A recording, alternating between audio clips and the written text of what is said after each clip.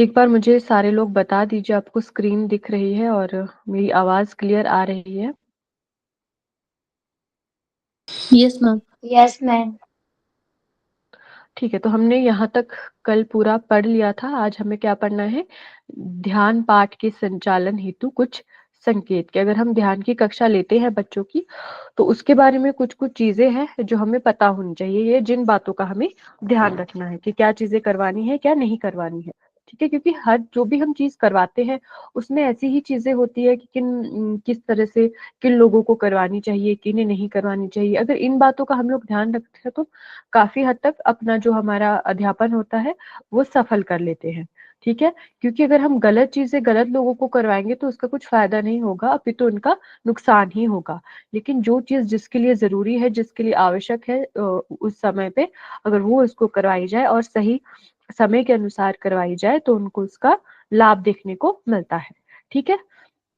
तभी ध्यान के बारे में देख लेते हैं। ध्यान क्या है? एक मानसिक मानसिक युक्ति है जो प्रेरणा को परिसीमित करती है और अवधान को एक अपरिवर्तनीय प्रेरणा द्वारा निर्देशित करती है। मतलब ये बहुत टिपिकल सी यहाँ पे हिंदी लिख दी गई है, लेकिन अगर आपको इसको साधारण भाषा में समझो तो क्या है?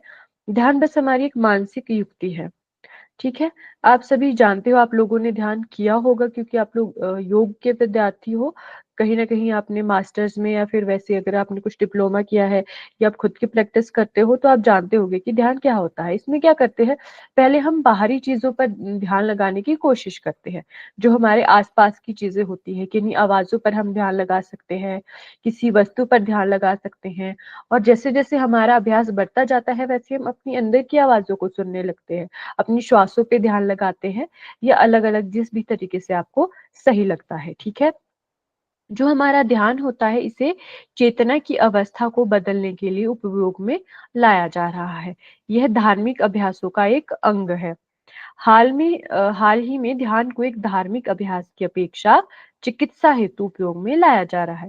क्योंकि पुराने समय से अगर हम देखें तो ये धार्मिक अभ्यास का अंग है, लेकिन आज के समय में क्या हो गया है कि हम लोग इसका इस्तेमाल कर रहे हैं चिकित्सा के क्षेत्र में, ताकि लोगों की कुछ-कुछ चीज़ें, कुछ ऐसी बीमारियाँ हैं या कुछ ऐसी मानसिक समस्याएँ अगर उनको देखने को मिल रही है, तो हम लोग ध्यान के माध्यम से उसको सही कर पा रहे हैं।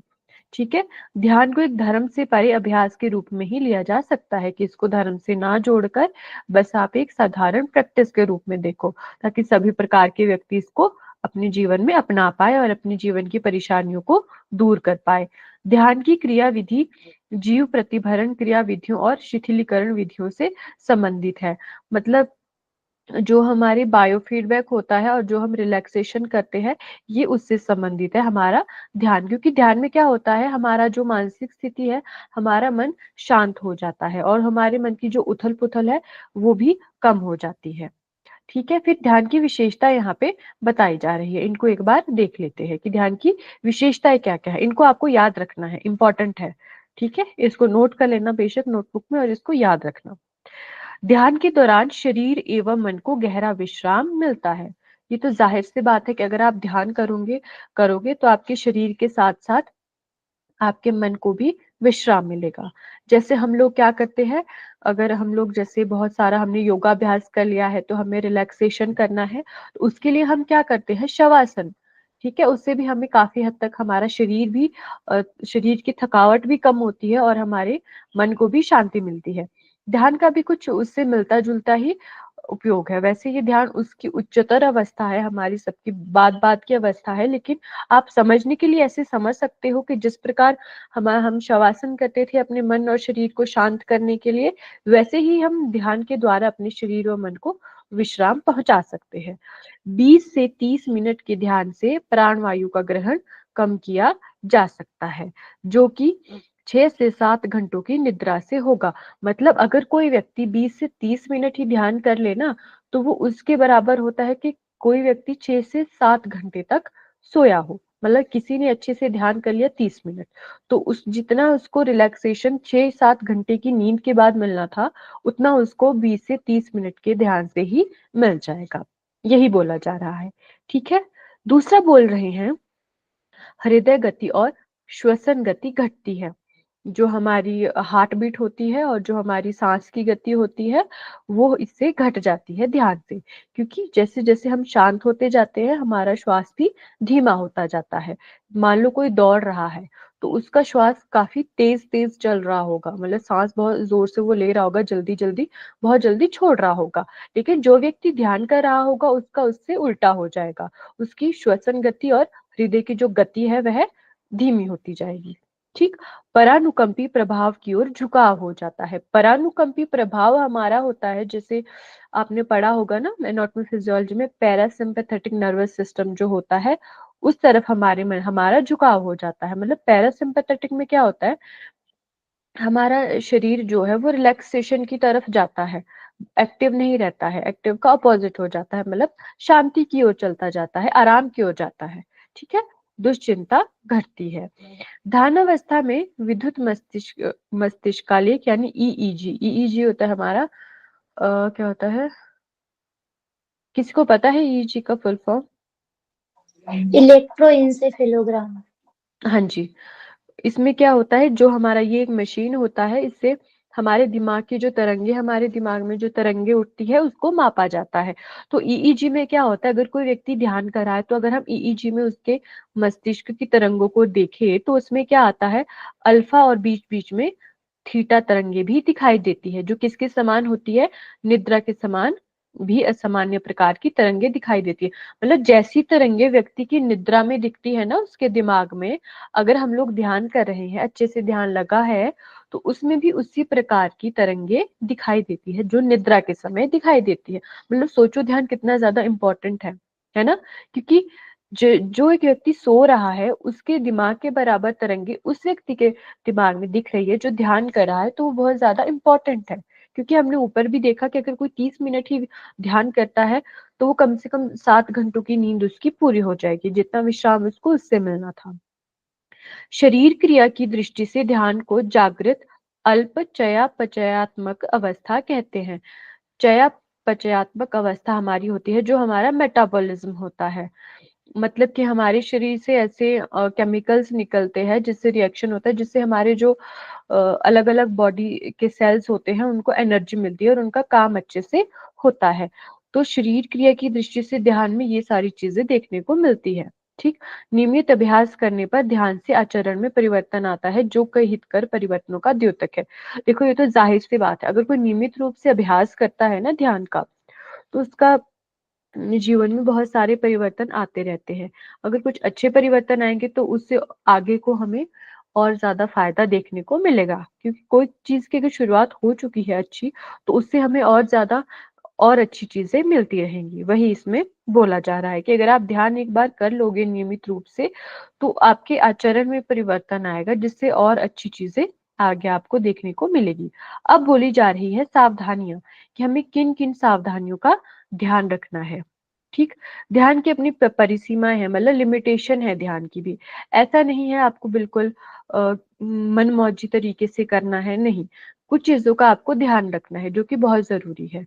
मतलब क्या चीजें नहीं करनी है वो चीजें ज्यादा इंपॉर्टेंट होती है हमारे लिए। ठीक। सभी व्यक्ति को 20 से 30 मिनट के लिए ही भी ध्यान का अभ्यास नहीं कर सकते। मतलब अगर आप सारे व्यक्तियों को बोल देंगे ना, मान लो आपकी कक्षा में 30 बच्चे हैं, आप 30 के 30 बच्चों को 20 से 30 मिनट ध्यान नहीं करवा सकते हैं। ठीक है। अगर आप बहुत ज्यादा उनको ध्यान करवाओगे तो कहीं ना कहीं वो उनके लिए हानिकारक हो सकता है। ठीक है। ऐसे लोगों को अति ध्यानाभ्यास हानिकारक होगा। जो लोग 20 से 30 मिनट भी नहीं कर पा रहे हैं उनके लिए अगर आप बहुत ज्यादा करवाओगे तो वो हानिकारक होगा। अधिक अभ्यास से अधिक लाभ का सिद्धांत यहाँ पर लागू नहीं हो सकता। जैसे हम लोग आसन में देखते हैं कि जितने ज्यादा प्रैक्टिस करेंगे हमें उतना ज्यादा लाभ होगा, हम उसी किसी भी एक पर्टिकुलर योगाभ्यास में उतने ज्यादा दक्ष होते जाएंगे। ठीक है। मतलब परफेक्शन हमारे योगाभ्यास में आएगा। लेकिन यहाँ पे ऐसा सिद्धांत नहीं लागू होता ध्यान के लिए, कि ऐसा नहीं है अगर आप बहुत ज्यादा अभ्यास करोगे तो आपको बहुत ज्यादा लाभ मिले। ठीक है। जितना जो लोग ध्यान कर सकते हैं उनको उन्हीं के हिसाब से ध्यान करवाना है। बहुत ज्यादा ध्यान से आपको कहीं ना कहीं एक ऐसा हो सकता है कि व्यक्ति को मानसिक रूप से कोई हानि पहुंच जाए। ठीक। लंबी ध्यानावस्था द्वारा कुछ कठिन संवेगों से मुक्ति हो सकती है। प्रतिकूल मनोविकार युक्त व्यक्ति में ध्यान के अभ्यास से मनोविक्षिप्त घटनाएं अवक्षेपित हो जाती हैं। मान लो किसी के कोई ऐसा व्यक्ति है जिसमें किसी प्रकार का मनोविकार उत्पन्न है, तो अगर आप उसको ध्यान करवाओगे तो उसके मन में कहीं ना कहीं ऐसी चीजें उत्पन्न होगी जिससे उसका मन बिल्कुल भटक जाएगा, या कहीं ना कहीं उसके मन का, कह सकते हैं, एक मानसिक संतुलन भी बिगड़ सकता है अगर आपने उसका उस पर अच्छे से ध्यान नहीं दिया तो। ठीक है, कि किसी को पहले से ही कोई मनोविकार है, कोई चीज है, कोई जो उसके मन को खाए जा रही है, ठीक है, मतलब स्ट्रेस है, डिप्रेशन है, या किसी भी चीज का कोई किसी प्रकार का कोई मनोविकार है, तो अगर आप उसको और ज्यादा ध्यान करवाओगे तो वो और ज्यादा परेशान हो जाएगा। ठीक है, यहाँ तक कि स्वस्थ और स्थिर लोगों में भी लंबी ध्यानावस्था का अभ्यास प्रारंभ कराना बुद्धिमानी नहीं है। बल्कि जो लोग स्वस्थ होते हैं, ये तो हमने उनके लिए देखा जिनको कोई मनोविकार है, परंतु अगर कोई व्यक्ति स्वस्थ भी है ना, तो उनको भी हम नहीं बोल सकते कि आप बहुत ज्यादा लंबे समय तक ध्यान करो। इन समस्याओं से बचने के लिए ध्यान का अभ्यास हमें मिताचार से कराना चाहिए, मतलब थोड़े थोड़े करके कराना चाहिए। आप थोड़े से शुरू कर सकते हो, ठीक है, कम टाइम से। ठीक है, आगे क्या बोला जा रहा है? आगे बोला जा रहा है, ध्यानाभ्यास को खिंचाव युक्त आसन, प्राणायाम जैसे तालबद्ध श्वसन और शवासन जैसी शिथिलीकरण की क्रियाविधि का अभ्यास कराने के बाद करना लाभदायक होगा। साधारण भाषा में समझे तो आसन, प्राणायाम और शवासन के बाद ही ध्यान करवाना है। आपको सारी चीजें पहले निपटा लेनी है। आपने आसन किया, प्राणायाम किया या शवासन कर लिया बीच में रिलैक्सेशन के लिए, तो ये सारी जब आप क्रियाएं कर लोगे तो आपको सबसे अंतिम में ही ध्यान करवाना है। ऐसा नहीं है आप ध्यान पहले करवा रहे हो उसके बाद और चीजें करवा रहे हो। ठीक है, फिर आती है ध्यान को सिखाने की विधि, कि किस विधि से आपको सिखाना है। आपने ध्यान की विशेषताएं भी देख ली, आपने ये भी देख लिया कि किन बातों का ध्यान रखना है। अब आती है विधि, कि आप किस विधि से ध्यान करवाओगे। ध्यान सिखाने के लिए मधुर स्वर और सरल क्रिया विधियों के द्वारा बने ध्यानरत मनोभाव से उत्पन्न प्रशांत वातावरण को बनाने में योगदान देते हैं। मतलब पहले तो मधुर स्वर होना चाहिए। ऐसा नहीं है कोई व्यक्ति ध्यान के निर्देश दे रहा है बच्चों को और वो बहुत ज्यादा गुस्से में है या बहुत ज्यादा जोर से बोल रहा है, या उसकी जो टोन है वो अच्छी नहीं है। नहीं, मधुर स्वर में होना चाहिए, सरल क्रिया विधि से। जो आपकी क्रिया विधि आप जितने भी सरल शब्दों में समझाएंगे बच्चों को और करने वालों को, उतनी आसानी से ही वह समझ में आएगी। ठीक है, ध्यान को यांत्रिक क्रियाविधि से प्रस्तुत करने की अपेक्षा सहभागियों को ध्यानमय मनोभाव में लाकर उनकी व्यक्तिक क्षमता अनुसार समय निर्धारित करना, पर्याप्त समय के लिए उसमें रखना चाहिए। ठीक है, मतलब जो हमारी यांत्रिक क्रियाविधि होती है उसकी अपेक्षा क्या करना है हमें, जो हमारे साथ के लोग हैं जिनको ध्यान करवाया जा रहा है, उनका मनोभाव ऐसे लाना है कि वो बिल्कुल ध्यान की स्थिति में हो। लेकिन करवाना कैसे है? क्षमता अनुसार। जैसे हमने पहले भी देखा कि हम कोई भी चीज करवा रहे हैं व्यक्ति को उनकी क्षमता अनुसार करवा रहे हैं, कि वो कोई व्यक्ति किसी चीज को कितना कर सकता है, कोई व्यक्ति कितनी देर तक श्वास रोक सकता है, कितनी देर तक कुंभक लगा सकता है। एक दूसरे को देख के नहीं, कि वो अगर मान लो 1 मिनट के लिए रोक रहा है तो मैं भी एक के लिए रोकू, दो के उससे ज्यादा रोकू, नहीं, जितनी आपकी क्षमता है क्षमता अनुसार सब कुछ करना है। ठीक, अतः उचित क्या है कि ध्यान को यौगिक अभ्यासों के साथ करे, ना कि अलग कर प्रस्तुत करे, जिससे वह अधिक प्रभावी और कम हानिकारक हो। ठीक है, और यह ना भूले कि यौगिक अभ्यासों की परंपरा में ध्यान का स्थान इन अभ्यासों से अधिक ऊंचा है। मतलब जो और चीजें हमारी है ना, आसन, प्राणायाम, बंध मुद्रा, ये सारी जो चीजें हैं, ये षट क्रियाएं, इनके अलावा इस इन सब सारी चीजों से ध्यान का स्थान सबसे ऊंचा है। ठीक, सभी यौगिक अभ्यास परस्पर अनुपूरक होते हैं और प्रत्येक अभ्यास न्यूनाधिक मात्रा में समान योगदान देता है। मतलब कोई किसी चीज का कम मात्रा में लाभ देगा, कोई उसी चीज का ज्यादा मात्रा में लाभ देगा। मतलब कि मान लो कोई चीज आप प्राणायाम से कर रहे, मतलब आप प्राणायाम कर रहे हो, तो कोई चीज ऐसी हो सकती है जिससे आपको प्राणायाम करने से ज्यादा लाभ मिले, लेकिन आसन से मिले, लेकिन उस मात्रा में ना मिले जितने में आपको प्राणायाम से मिल रहा है। मतलब लाभ आपको सभी चीजों को करने से होगा, लेकिन कम ज्यादा मात्रा में, किसी से कम लाभ होगा, किसी से ज्यादा लाभ होगा। ठीक है। स्थिर, सुखद और सीधी शरीर स्थिति जिसमें सिर, ग्रीवा व रीढ़ सीधा हो और नियमित श्वसन किया जाता हो, ध्यानाभ्यास में सहायक होता है। मतलब हमारा स्थिर, सुखद और सीधी शरीर स्थिति जिसमें क्या होगा, हमारी सिर जो है, गर्दन है, और जो हमारी रीढ़ है, ये सीधी होनी चाहिए। ठीक है। ये ध्यान के लिए एक आपको चीज बता देगी कि आपको बैठना कैसे है। आपका स्थिर होना चाहिए शरीर, सुखद स्थिति में बैठना है।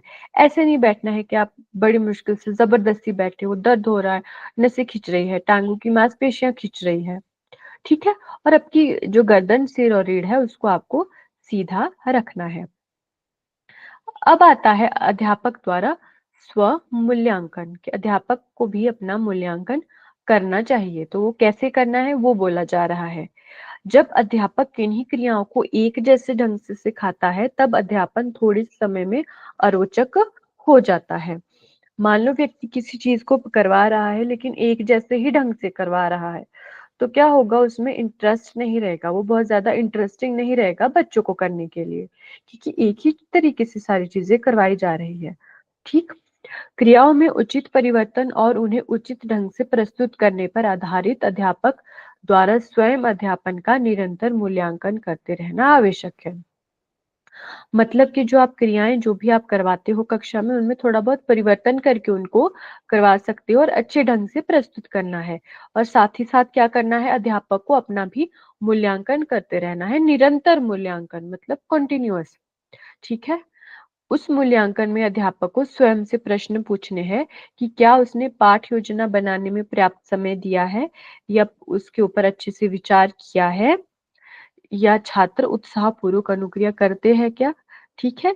क्या उसे उसके अध्यापन में कुछ नए अनुभव आए क्लास के बाद, क्या वह विविध प्रक्रिया और गठनों में सुधार कर सकता है, क्या कार्य में पिछड़े छात्रों के लिए पर्याप्त समय और ध्यान दिया जाता है। जो यहाँ पे पिछड़े छात्र है वो पता क्या है, जिनको थोड़ा कह सकते हैं थोड़ा लेट से समझ आता है, या कम समझ आता है, ये चीजें आपको बार बार बोलनी पड़ती है, बार बार समझानी पड़ती है, वो है यहाँ पे। ठीक है। क्या छात्र सर्वसाधारणतया अपने निष्पादन में सुधार कर रहे हैं, क्या छात्र सुधार कर रहे हैं जो उनको करवाया जा रहा है। ठीक है।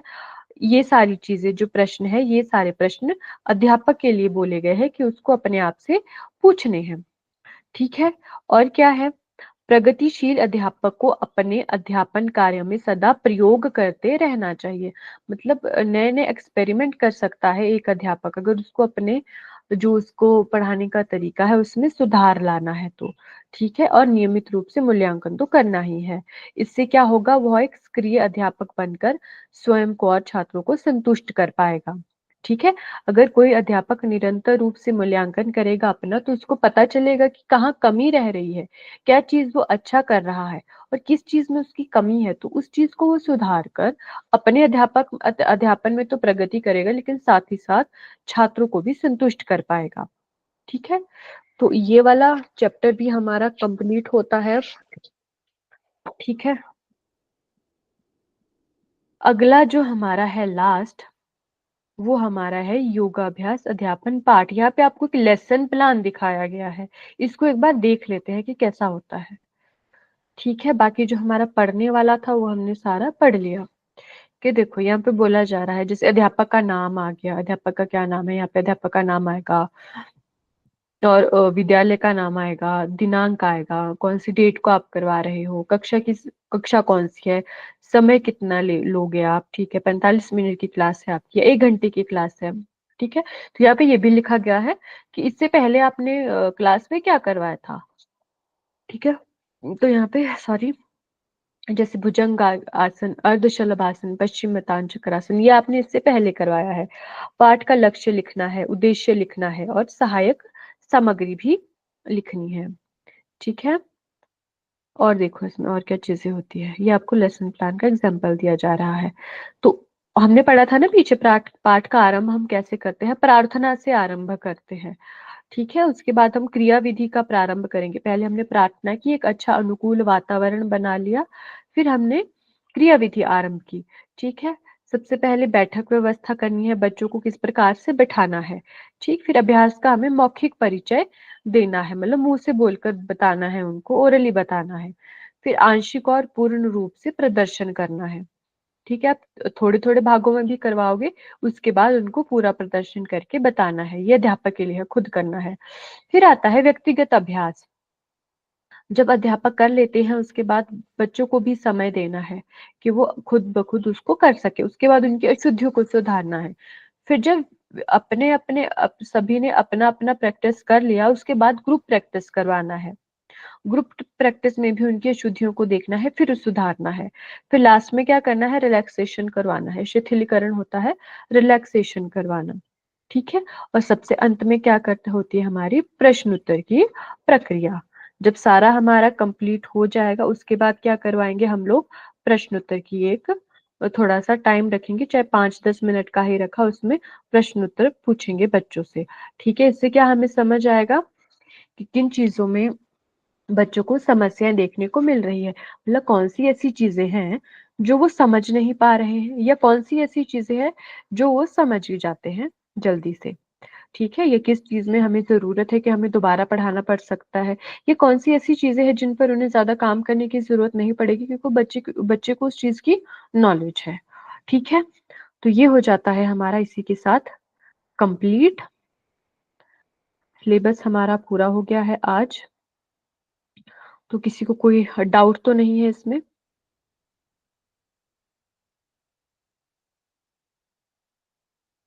क्लियर है ना? तो हम लोग क्वेश्चन आंसर कर लेते हैं थोड़ी देर, अभी आधा घंटा है। बाकी कल मैं आपके लिए प्रीवियस ईयर्स के क्वेश्चंस लेके आऊंगी, वो हम क्लास में ही डिस्कस करेंगे।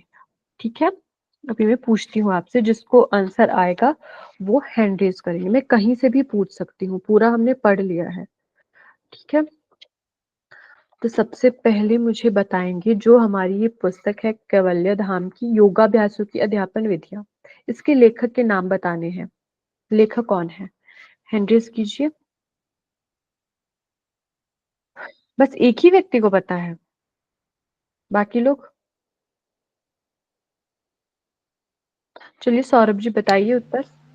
कोई मराठी सरनेम है? डॉक्टर मनोहर लाल घरोटे और श्रीमंत श्रीमंत कुमार गांगुली। हाँ जी, नहीं, डॉक्टर मनोहर मनोहर लक्ष्मण। लक्ष्मण है, लाल नहीं, लक्ष्मण लक्ष्मण है। घरोटे। हाँ जी, जी मैम। बाकी, हाँ जी बाकी ठीक बोला आपने। ठीक है, तो अब मुझे बताओ कि पुराने समय में, जो हमारा बहुत पुराना प्राचीन काल था, उसमें किस प्रकार से हमारा शिक्षण होता था, ये किस प्रकार से पढ़ाया जाता था? हैंड रेज करना है। ठीक है, 4 लोगों को पता है, तो ये इसका, ज्योति जी आप उत्तर बताओ इसका।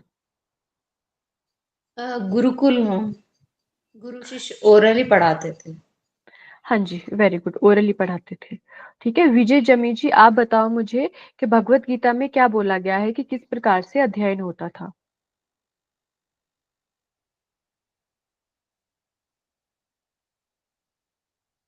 सौरभ जी आप बताओ। मैम ये भगवत गीता के अध्याय 4 के 34वें नंबर में बताया गया है, प्रश्नेन सेवैया, मतलब इसमें क्वेश्चन आंसर के माध्यम से छात्र गुरु शिष्य का संवाद होता था। जी, परिप्रश्नेन सेव्या। ठीक है, हाँ, परिप्रश्नेन। प्रश्नेन सेवैया। हाँ जी, वेरी गुड। ठीक है, अब मुझे बताएंगे प्राचीन शिक्षा पद्धति और आधुनिक शिक्षा पद्धति में थोड़ा बहुत अंतर, जितने भी पॉइंट्स किसी को याद है तो हैंड रेज कीजिए। लावी जैन जी आप बताइए इसका उत्तर। मैम, प्राचीन पद्धति जो थी वो ओरली होती थी और उसमें कोई भी एग्जाम वगैरह नहीं होते थे। उससे और जो गुरु शिष्य रहते थे वो क्वेश्चन आंसर वगैरह उनमें चलता था। लेकिन आधुनिक में क्या है कि अभी हमारे पास जैसे ये उपकरण आ चुके हैं पढ़ाने के लिए, और इसके बाद इसमें वो सिर्फ ओरली नहीं होता है, लेक्चर मेथड के साथ साथ इसमें रिटर्न भी होता है। अ, और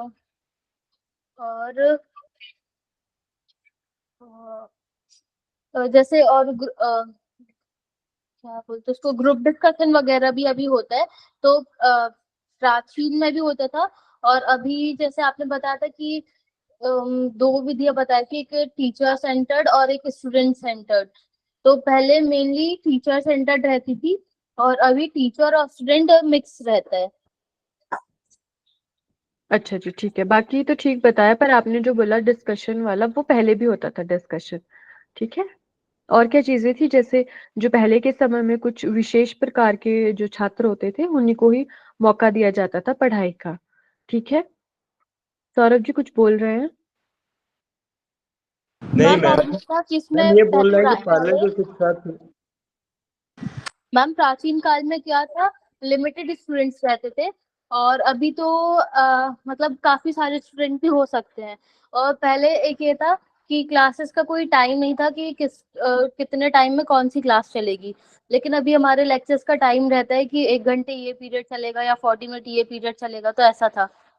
और हाँ जी। और एक जो मेन पॉइंट आपने इसका बताया था कि जो प्राचीन काल में था, वो शिक्षा का उद्देश्य व्यक्तिगत विकास नहीं था, सर्वांगीण विकास होता था। और अभी तो और आधुनिक काल में है कि व्यक्तिगत भी बन चुका है और मतलब बिजनेस पर्पस से या तो अर्निंग के पर्पस से हो चुका है। हाँ जी, ठीक है, वेरी गुड।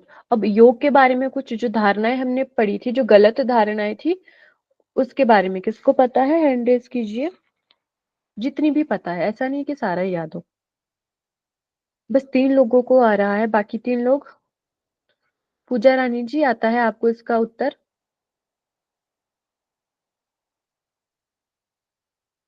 चलिए कोई बात नहीं, एक एक बतानी है, जिसका मैं नाम लूंगी कोई एक बताना है, अगली फिर मैं दूसरे से पूछूंगी। ज्योति जी आप बताइए। महिलाएं नहीं कर सकती थी। नहीं, ये तो नहीं है जो हमारे बुक में दिया गया है, आपको बुक से पूछा जाएगा। हाँ जी, कोई। जैसे हिमालय में जाके करना होता है योग। चलिए कोई बात नहीं, अब सुन लीजिए। सौरभ जी आप बताओ। पूरा बताना है। योग योग समान व्यक्तियों के लिए नहीं अपितु कुछ विशेष लोगों के लिए है। फिर दूसरा हम्म। पॉइंट था मैम कि मैम योग विद्या जो एक चमत्कारों के संबंधी माना जाता था कि। और तीसरा में रहस्य जादू टोना विविध प्रकार के इंद्र दमन माना जाता था। और ये जो है मैम इसको अभी के समय ये इसको जो है चिकित्सा पद्धति से माना जाता है कि इससे रोग भी ठीक होते हैं। हम्म, ठीक है, और एक और वेरी मैम गुड। पांचवा है मैम कि इसको व्यायाम व्यायाम मतलब एक्सरसाइज के तर्ज पे माना जा रहा है। ये भी भ्रामक धारणाएं में आएगा। नहीं, हाँ हाँ हाँ, ठीक है, एक और था इसमें। लावी जी आप नहीं, बताइए जो इन्होंने मैम छोड़ दिया। ये था कि योग एक दर्शन है और इसमें विश्व संबंधी जो सिद्धांत का विचार होता है। ठीक है, अब मुझे बताओगे आसनों का वर्गीकरण, आसनों को कितने भागों में वर्गीकृत किया गया है? हैंड रेज करना जिसको आता है, बस नाम बताने हैं और ये बताना है कि कितने भागों में। 2 लोगों को पता है। विजय जमी जी आपको आता है इसका उत्तर?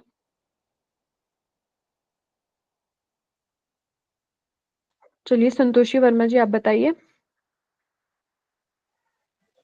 हाँ मैम, 3 भागों में बांटा गया है। पहला है शरीर शिथिलात्मक आसन, दूसरा वाला है संवर्धनात्मक और थर्ड नंबर पे ध्यान धारणात्मक आसन। हाँ जी, वेरी गुड, ठीक है। अब मुझे उदाहरण देंगे पूजा रानी जी, आप मुझे बताओ उदाहरण शिथिलात्मक आसन का, रिलैक्सेशन आसन का। पूजा रानी जी माइक ऑन करो। कितना आसान है। ज्योति प्रवीण रेड्डी जी आप बताओ। शवासन। हाँ जी, वेरी गुड, ठीक है। अब मुझे बताएंगे प्राणायाम का जो इसमें समय दिया गया है, प्रारंभिक लोगों के लिए जो शुरू करते हैं, जो अनुपात दिया गया है वो कितना है? हैंड रेज करना जिसको पता है। लावी जी बताओ। मैम 1:2। हाँ जी, वेरी गुड, 1:2, ठीक है। हम्म, कौन से बंद बताए गए हैं इसमें? बंद कौन से बोले गए हैं? विजय जी बताइए इसका उत्तर। उद्यान बंद और मूल बंद। नहीं जी, एक तो सही बोला आपने उद्यान, दूसरा गलत बता दिया। उद्यान और जालंधर बोले गए हैं, ठीक है। जी जी मैम। हाँ जी, ठीक है। अब अगला हमारा क्वेश्चन है, महान प्रशांतक किसे कहा गया है? जितनी भी हमने पढ़ी, आसन, प्राणायाम, बंध मुद्रा, क्रियाएं, ध्यान या जो हमारा यम नियम है, उसमें से महान प्रशांतक किसको बोला गया है? पूजा रानी जी आप बताओ। मैम यम नियम को। अच्छा जी, लावी जी आप बताओ। मैम ध्यान को बोला है। हाँ जी, यम नियम को नहीं बोला है पूजा जी, ध्यान को बोला है। प्रशांतक क्या होता है? महान मतलब जिससे कंप्लीट पीस जो एक होती है उसको बोलते हैं। तो यम नियम से नहीं होगा, ये होगा हमारा ध्यान से, ठीक है। अब मुझे बताएंगे कि यम नियम को यहाँ पर क्या बताया गया है? यहाँ पे कोई दूसरा नाम बोला है, यम नियम नहीं बोला है, क्या बोला है? सौरभ जी बताओ। अभिवृत्ति परिशिक्षण अभ्यास, इसमें हाँ यम और जी, नियम आता है। हाँ जी, वेरी गुड। हम्म,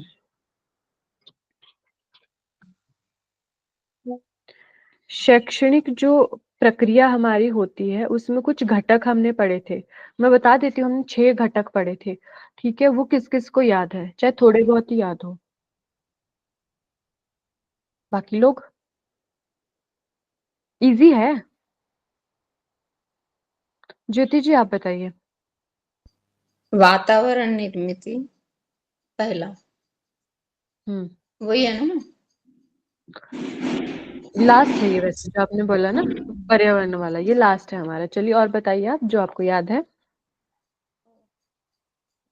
तो मैंने शायद वो रॉन्ग ये किया होगा। अच्छा कोई बात नहीं, संतोषी वर्मा जी आप बता दीजिए।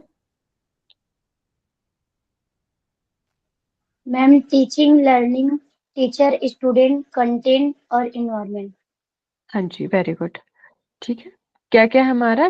सबसे पहले टीचिंग है, फिर लर्निंग है, टीचर है, स्टूडेंट है, जो हमारा करिकुलम है, और सबसे लास्ट में क्या आता है? हमारा पर्यावरण, ठीक है।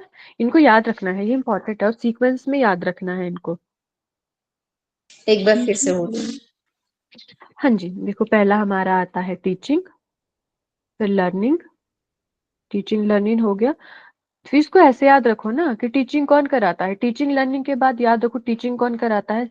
टीचर, तो टीचर आ जाएगा। और लर्निंग किसकी होती है? स्टूडेंट को, तो चौथे नंबर पे स्टूडेंट आ जाएगा, ठीक है। 4 हो गए। फिर क्या? फिर आता है हमारा जो हमारा करिकुलम होता है या सिलेबस होता है, विषय वस्तु जो होती है। और सबसे लास्ट में आता है हमारा पर्यावरण, जो हमारा एनवायरनमेंट है, ठीक है। आसान है इसकी सीक्वेंस भी याद करना। Thank you. जी, अब मुझे बताएंगे निर्देशन अनुक्रिया विधि। निर्देशन अनुक्रिया विधि क्या होती है? हैंड्रेस कीजिए जिसको पता है इसका उत्तर। निर्देशन अनुक्रिया विधि। हाँ जी, पूजा रानी जी बताओ आप। मैम इसमें जो है अध्यापक निर्देश देते हैं और मतलब छात्र अनुक्रिया के थ्रू समझाते हैं, इंस्ट्रक्शंस देते हैं छात्र, वो सॉरी, हाँ मैम इंस्ट्रक्शंस दी जाती है छात्रों को, अध्यापक देते हैं। हाँ जी, इंस्ट्रक्शन दी जाती है। इसमें कब कब देते हैं? पहले भी दे सकते, पहले और पढ़ाते हुए, और लास्ट में, मैम ठीक है। लास्ट वेरी, में भी दे सकते हैं। हाँ जी, वेरी गुड वेरी गुड। अब बताएंगे व्यक्तिक निर्देशन। व्यक्तिक निर्देशन क्या होता है? किसको पता है? हैंड्रेस करो। ठीक है, विजय, विजय जमी जी आप बताइए इसका उत्तर। मैम इसमें किसी व्यक्ति विशेष को निर्देश दिया जाता है। हाँ जी, मतलब अपने उसकी व्यक्तिक क्षमता के अनुसार, ठीक है। लावी जी आप लीव कर सकते हो, ठीक है। जो जैसी क्षमता है उसके अनुसार ही हम लोग करवाते हैं किसी को भी। Very good. अब है निर्देशित अभ्यास विधि। निर्देशित अभ्यास विधि क्या होती है? हैंडल करना।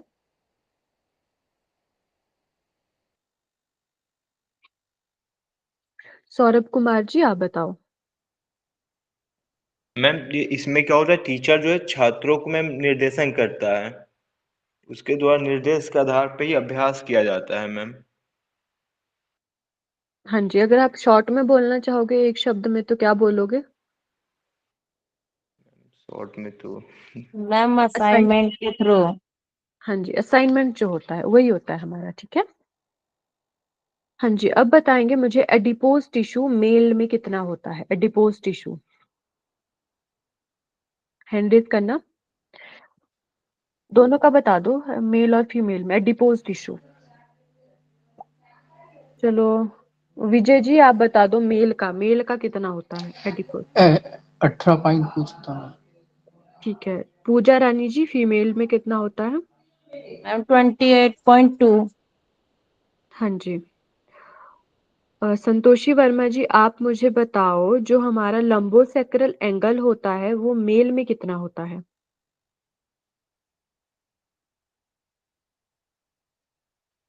मैम क्लियर तो नहीं है बट 133 है एक्चुअली। 133 ही होता है। और फीमेल में कितना होता है सौरभ जी आप बताओ? 136 मैम। 138 है। 38 38 38। मैम, 36 नहीं, 38 है 30। 38। हाँ जी, ठीक है। 138। जो मसल्स का वेट होता है वो मेल में कितना होता है? किसको आता है मेल में मसल्स का वेट? मैम 41.8 होता है मैम। और फीमेल में? मैम फीमेल में 35.8 होता है। हम्म ठीक है, वेरी गुड, इसको याद रखना है, ये इंपॉर्टेंट है, ठीक है। मैम एक बार दोबारा बता दीजिए ये। ठीक है मैं बताती हूँ। देखो जो कौन सा वाला बताना है, मसल्स वाला ये सारे? मैम मसल्स का मैम। ठीक है, मेल में होता है 41.8%, मतलब जितना उनका वेट होता है ना टोटल, उसका जो 41.8 होता है वो उनकी मसल्स का ही वेट होता है, ठीक है। और फीमेल में होता है 35.8%। ओके। हाँ जी। अब मुझे बताएंगे अगला, अंश विधि। अंश विधि क्या होती है? हैंडल्स करेंगे।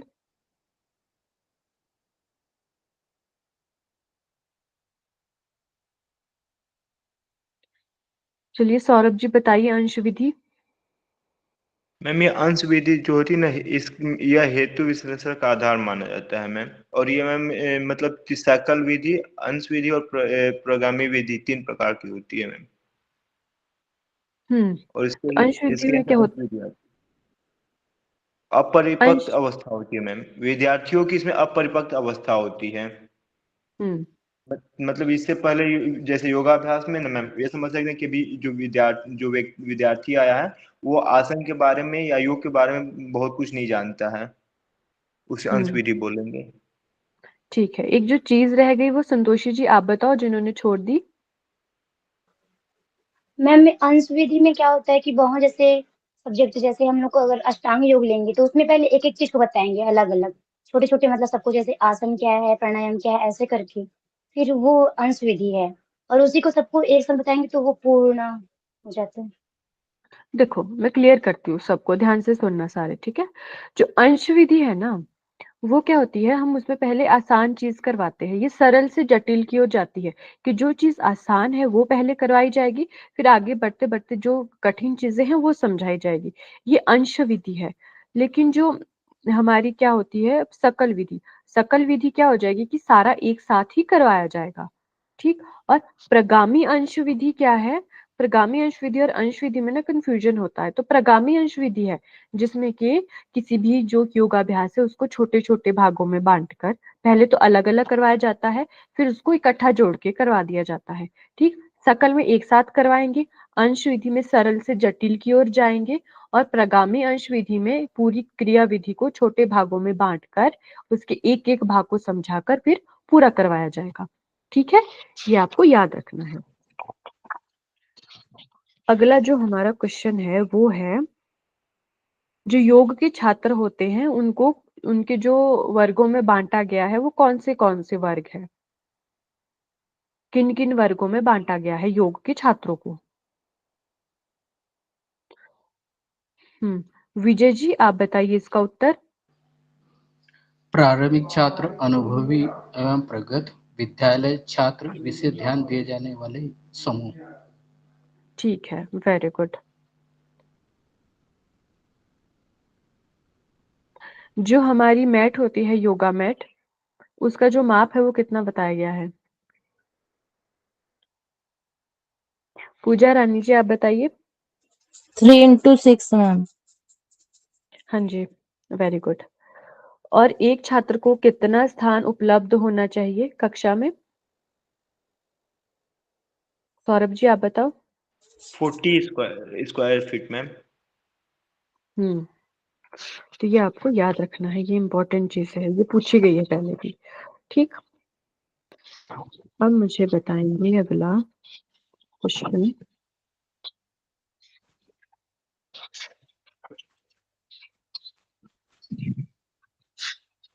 हाँ जी, प्रस्तावना प्रश्न क्या होते हैं? प्रस्तावना प्रश्न। रूपरेखा मैम।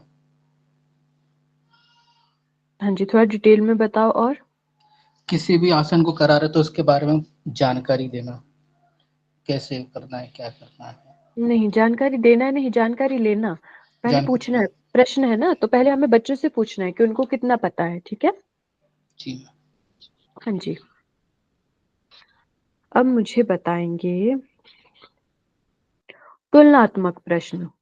तुलनात्मक प्रश्न हैंड रेज करेंगे जिसको आता है। नाम से ही समझ आ रहा है, ये तो बहुत आसान है।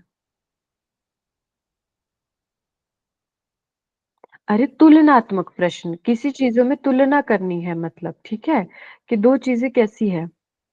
कि मान लो अगर हम ऐसे समझे कि जो हमारी षट क्रियाएं हैं या यम और नियम अगर हम ले, तो यम और नियम में क्या अंतर है? ठीक है, तुलना करने वाले जो होते हैं। सारांश प्रस्तुत करने वाले कौन से प्रश्न होते हैं, हैंड रेज करेंगे।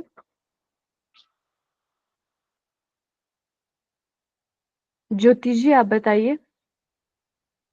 जो लास्ट क्लास के बाद पूछे जाते हैं वो। हाँ जी, जो क्लास खत्म होने के बाद पूछे जाते हैं, क्योंकि उससे हमें पता चलता है ना, पूरा एक ओवरव्यू मिल जाता है कि जो आपने पढ़ा है उसके बारे में। ठीक, अब मुझे बताएंगे जो हमारे अच्छे प्रश्न है वो कैसे होने चाहिए, थोड़े बहुत पॉइंट्स बताने हैं।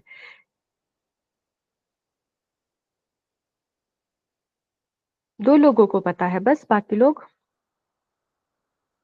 चलिए संतोषी जी आप बताइए इसका उत्तर, थोड़े बहुत बता दो, सारे तो बहुत ज्यादा पॉइंट्स थे इसमें।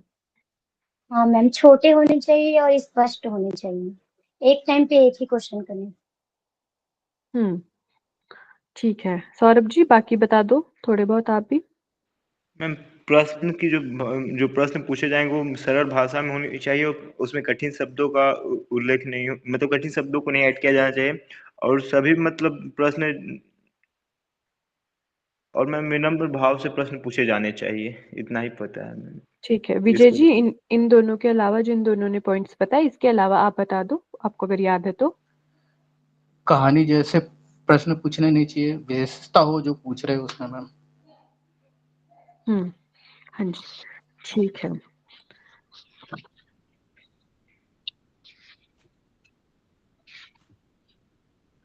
हाँ जी, अब मुझे बताओ कि अगर हम कोई भी योग की कक्षा प्रारंभ करते हैं तो सबसे पहले क्या किया जाता है? जो सबसे पहला कार्य हमें करना है।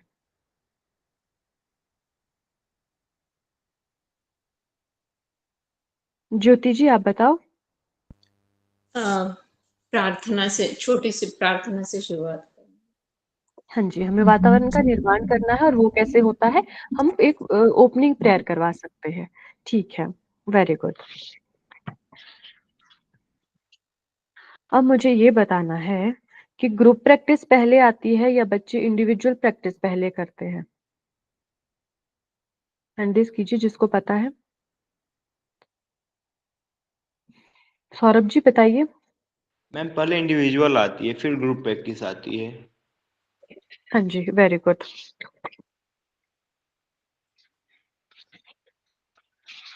ठीक है, मतलब आप लोग पढ़ रहे हो, तो कल को पढ़ के आना पूरा। अभी क्लोजिंग प्रेयर करते हैं, फिर रिकॉर्डिंग ऑफ करेंगे। क्लोजिंग प्रेयर कौन करवाएंगे आज? हैंड रेज कीजिए।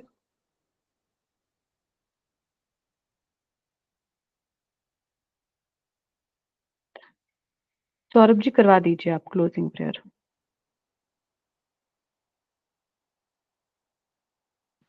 सभी लोग किसी भी ध्यानात्मक आसन बैठे, सिद्धासन, पद्मासन, स्वास्तिकासन।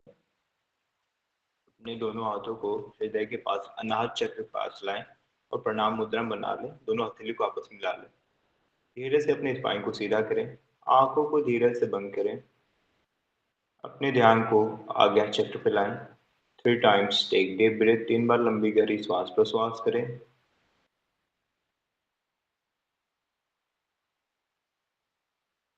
3 times Om chanting, deep inhale. Om.